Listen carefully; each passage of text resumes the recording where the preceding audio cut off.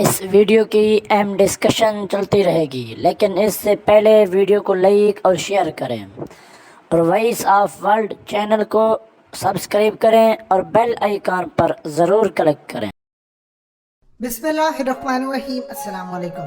کیا ٹائم آ گیا ہے کہ افغانستان میں پوری دنیا کی موجودہ، سابقہ، فیوچر کی تمام سپر پاور افغانستان میں طالبان کے ارد گرد گھوم رہی ہے۔ اس وقت جو سب سے بڑی ڈیولپمنٹ آئی ہے وہ آئی ہے مودی کی جانب سے۔ مودی نے حالیہ جو بیان دیا ہے اس میں کہا تھا انہوں نے کہ طالبان بالکل بھی حکومت نہیں چلا سکیں گے۔ اب بندوق کی نوک کے اوپر کتنی دیر قبضہ کریں؟ انہوں نے کہا کہ طالبان کو اندازہ نہیں ہے، یہ زیادہ دیر حکومت نہیں چلا سکیں گے اور نہ ہی یہ کیپبل ہیں، اس قابل ہیں کہ یہ حکومت کو رن کر سکیں کامیابی کے ساتھ۔ ان کی جانب سے آیا ہے بڑا سٹرونگ ریئیکشن، لیکن اس سٹرونگ ریئیکشن کے بعد راج ناتھ سنگھ کے اس وقت طوطے اڑ گئے ہیں۔ طالبان کی جانب سے یہ بات کی گئی ہے کہ ان قریب انڈیا دیکھ لے گا افغان طالبان کی کیپیسٹی، اس کی طاقت، حکومت چلانے کی حکمت عملی، اور ہم کلیئر کر دینا چاہتے ہیں انڈیا پر کہ ہمارے انٹرنل میٹرز میں مداخلت کرنا بند کریں، کیونکہ اب ہم آپ کو دکھائیں گے کہ دنیا کے اندر حکومت کیسے چلتی ہے۔ اب جانتے ہیں اس بیان کے بعد جو راج ناتھ سنگھ نے بیان دیا ہے وہ کیوں اس وقت کانپ رہا ہے۔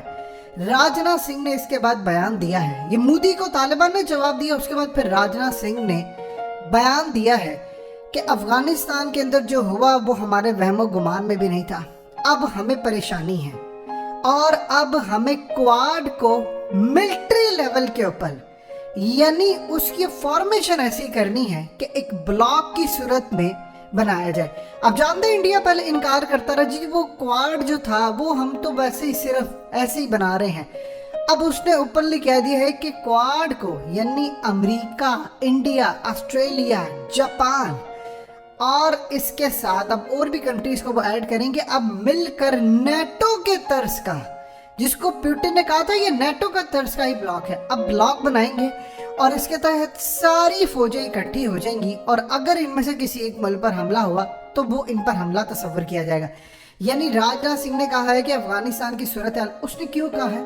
کیونکہ برطانیہ کے جو آرمی چیف ہے، سینسیبل ترین اگر اس وقت پوری دنیا کے اندر کوئی آرمی چیف میں سے ہیں تو ایک یہ بھی ہے، انہوں نے کہا ہے کہ افغان طالبان کے ساتھ ہمارے بڑے خوشگوار بیک ڈور معاملہ طے ہو رہے ہیں، جیسے ہی ان کی حکومت آئے گی، اعلان ہوگا، ہم ان کے ساتھ مل کر کام کریں گے، ان کے ساتھ مل کر جو خطے کے اندر داعش ہے، یہ وہ جتنے دہشت گرد گروپس ہیں، ان کے ساتھ مل کر ان کو ماریں گے۔